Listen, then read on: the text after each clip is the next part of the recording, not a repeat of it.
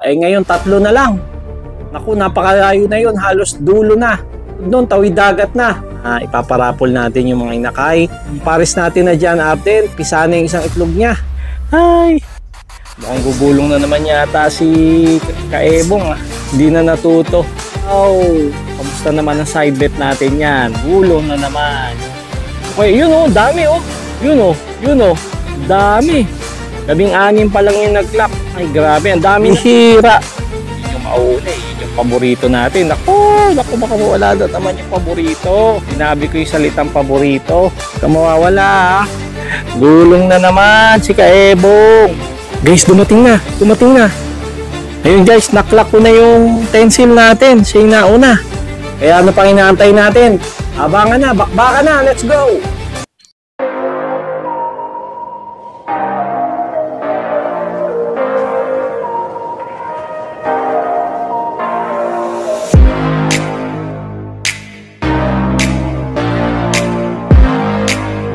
Good morning mga Kaebong! Abangan na naman!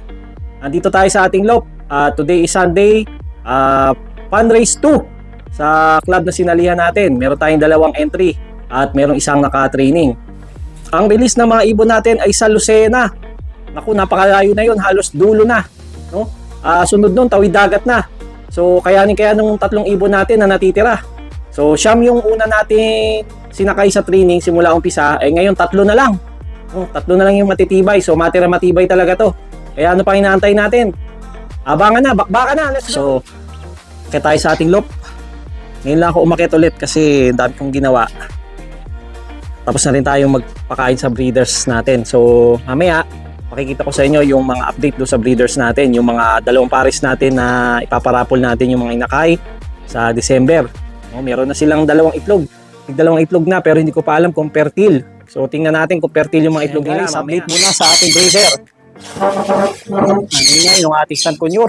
Meron kasing itlog eh. So ito yung ating Jan update. Pisana oh. Ano bang petsa ngayon? August 25. Napisa na isang itlog ng ating Jan update. Ayun. Ayun. Tingnan nyo naman yung mata. Oh.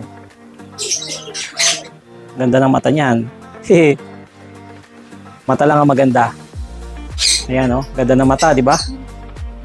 So, dark check na Jan Arden. Isa na isang itlog. Ayan. Kasi ito yung kanyang pares. Ayan.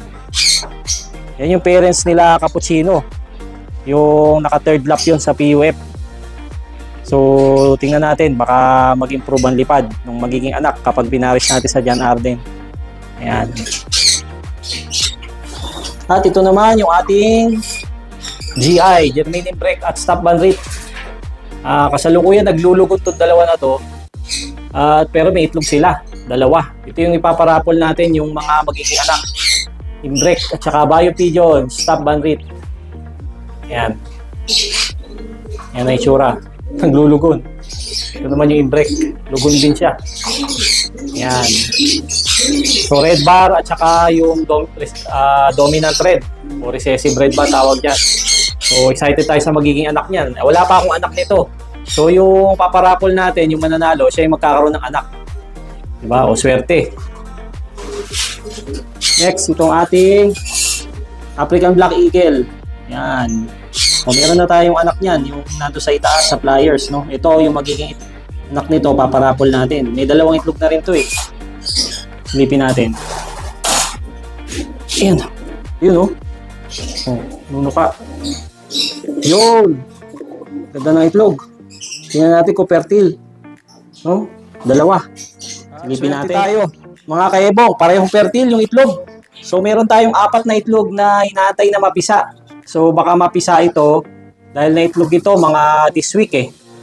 So last week of August, so mga second week of September. 2nd to 3rd week of September. Ayan. Makakapagpapisa na tayo ng parapol natin. So abangan nyo mga Kaebong, no? So yung pala magiging mechanics natin sa raffle, eh magiging maluwag tayo doon. So basta add friend nyo lang ako sa Facebook, o kaya i-follow nyo yung Ebong Love TV, o kaya subscribe nyo yung YouTube channel ko, kahit ano doon, no? Basta suportahan nyo lang ako mga kaebong, no? At makakasali na kayo sa raffle. At yung isang good news, tinignan ko yung isang pares natin na John Arden. Yung pares natin na John Arden, pisa na yung isang itlog niya. Ayun, second clutch ng John Arden. At yung first clutch niya ay nandito na sa ating pliers loop. Papakita ko sa inyo.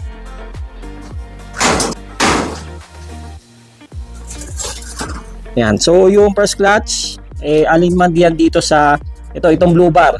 Yan, first clutch yan. Ang ring niyan ay 1.4 at ito isa. Ito 1.5. Ito pala yung singsing na 1.5. 1.5 at saka yung blue bar. Ito. Anak yan ng John Arden. At saka itong blue bar na to. Yan. Tapos itong dalawang magkatabi. Yan yung anak ng African Black Eagle. Yan. Kaya yung pag tinignan nyo yung balahibo nila, no, dark check. Iitim pa yan. Nakuha niya yung anak sa yung kulay nakuha nila do sa tatay nilang African Black Eagle. Naku, napakaganda. Napakaganda niyan. Ito yung John Arden, anak ng John Arden, at itong isa na to.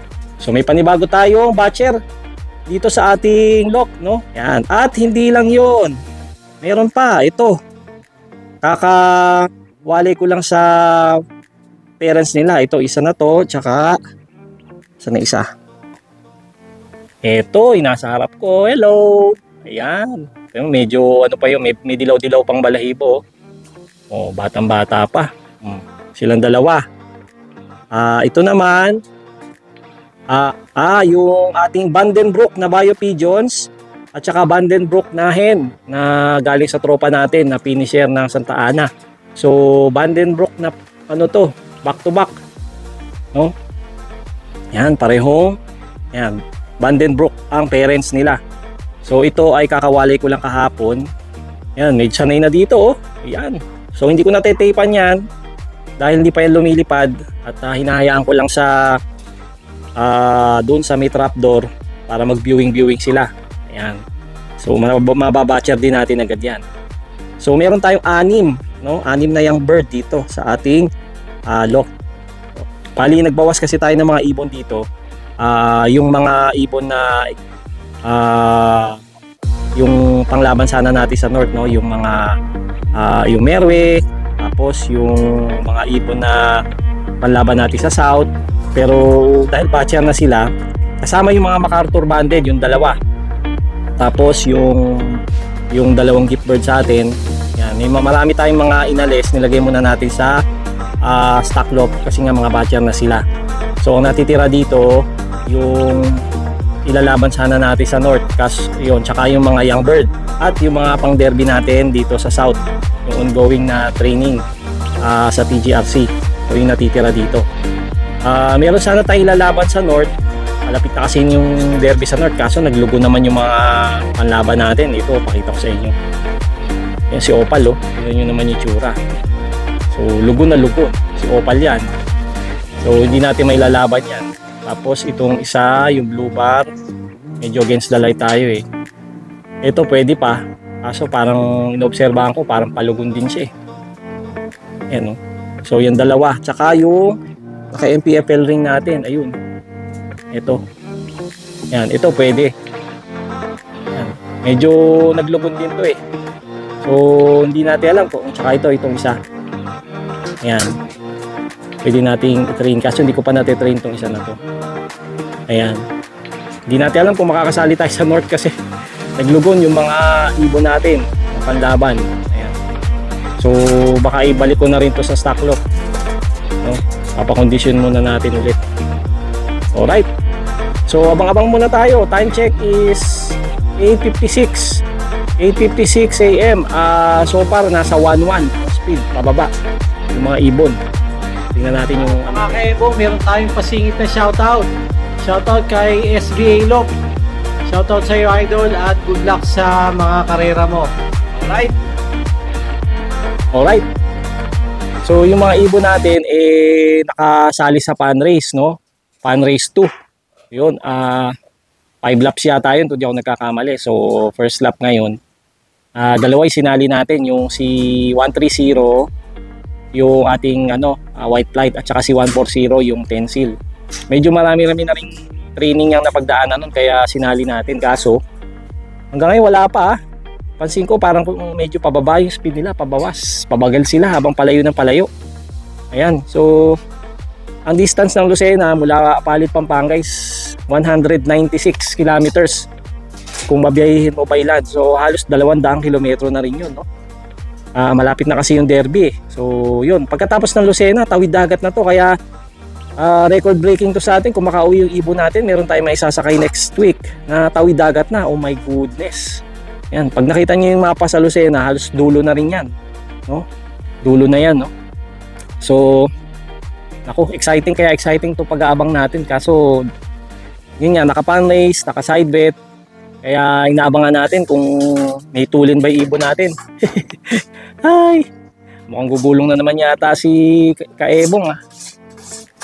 Maganda kasi yung mood natin kagabi kaya sumali tayo. Hindi na natuto. Pero ganun talaga. So para may excitement sumali tayo sa side bet tsaka pan race para meron naman tayong inaabangan. Alright. So abang-abang muna tayo. Time check 9 o'clock, 9 AM eksakto. So 1,000 plus pa speed ng ibon natin kung makakauwi hanggang 9:06. Ayan, so pagtapos niya 9:06 pababa na sa 1,000. Ay, sana makauwi. Medyo mainit na. Dito tayo sa waiting area natin. Kung akit tayong konti, ayun. Ayun ang araw. Sikat na yung araw eh. Alright, so abang-abang muna tayo. Check 9:08 AM. Nakpo. Below 1,000 na ang speed ng mga ibon natin. 9:06. Below 1,000 na eh. Nakaw. Kamusta naman ang side bet natin yan? Gulong na naman. Ayan, abang-abang pa rin tayo. Wala pa yung mga ibon natin. 3 yung sinakay nating ibon. 2 naka-side bet, yung isa hindi. Ayan. So natira yung si 130, yung white light, yung 140, yung pencil, at saka yung blue bar na naka-TGRC ring. Ayan. So inantay natin ngayon. Lucena City. Ang release. Napakalayo na nun. Halos 200 kilometers na. Makauwi kaya yung ibon natin. Dahil south ang ating karera, itong Apalit, yan ang first dropper tayo. Sa ngayon wala pa akong nakikitang mga ibon. O maliban na lang kung dumaan na sila bago ako magabang. Malinis yung kalangitan. Wala pa yata. Pero hindi ko alam kung meron na nag-clock. Titingnan natin doon sa race result. Ako, grabe guys, meron ng nakapag-clock. Naku, ang dami na dito sa Apalit. Tapos may isang nakalusot na taga San Fernando. Ito, may oh. Ayun oh. Ano kaya? Yun oh, dami oh. Yun oh. Dami. Ang tulin. Malamang galing Lucena yan.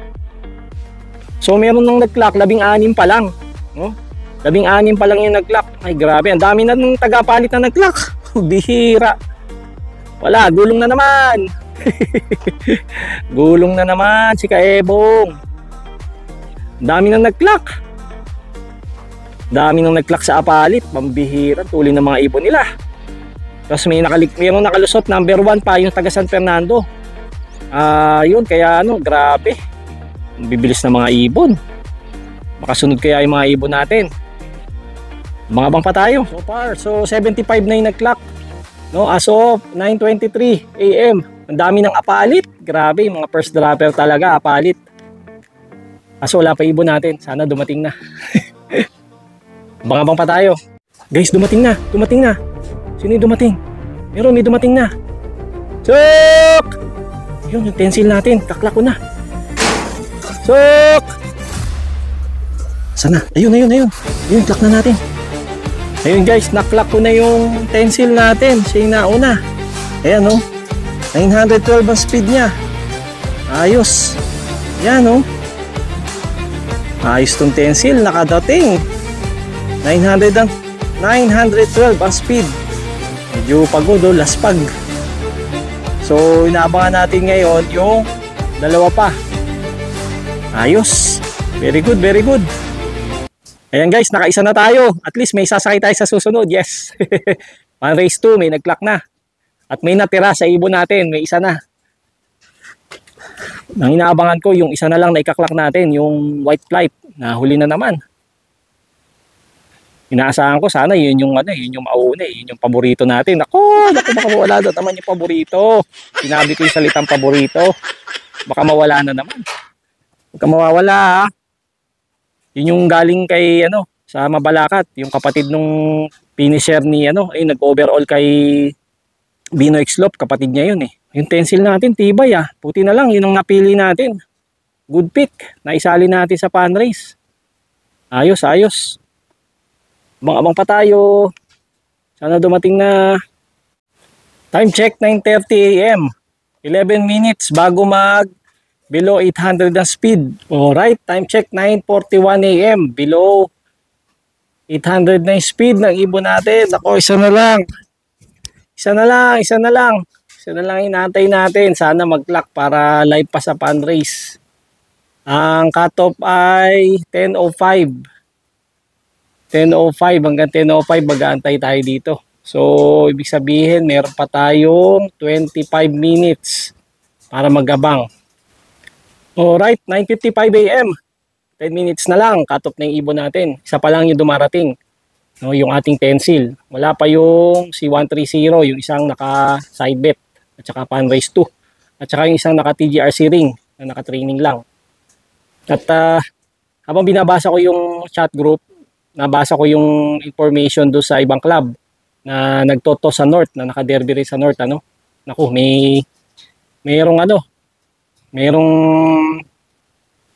merong kakaibang nangyari sa derby ngayon sa North. Abangan nyo na lang dun sa hindi ko alam kung sasabihin ko sa vlog. Pero alam na yan ng mga members ng club, no, na merong pa-release ngayon sa may bandang La Union. Ayan, so mukhang nagka-problema yung release ng mga ibon sa norte, no? Eh tayo naman, andito tayo sa south lumalaro. Kaya so far wala namang problema. Ayan, so malapit na rin mag-umpisa yung mga derby sa north. Eh ang kaso naman, kahit naman may derby, mukhang alanganin ako kasi puro lugon yung mga ibon ko. Baka mag-focus tayo dito sa south, no? Kasi wala naman tayong reading ibon. Sana magtagal yung natitira nating ibon para may nailalaro tayo. Kaso bilis magbawas ng ibon natin, bilis mawala. Sipin nyo, siyam yung ibon natin ngayon, tatlo na lang. Tatlo yung sinakay natin, tapos ngayon isa na lang yung nag-clock. So naantay pa natin yung dalawa, hindi tayo sigurado kung makakauwi, no? So time check, 9:58, 7 minutes bago ma-cut off. Meron pa tayong isang inaantay may dalawa pa tayong inaantay. Alright, so abang-abang muna tayo. At ayun na nga, 10:05 na, cut off na yung ibon natin. Tingin-tingin na lang tayo mamaya kasi init na eh. So 10:05 na. O, maswerte pa rin tayo at may natirang isa sa ibon natin. Pero kung makauwi man yung dalawa, edi ayos, no? At least may maisasakay tayong, madami tayong maisasakay.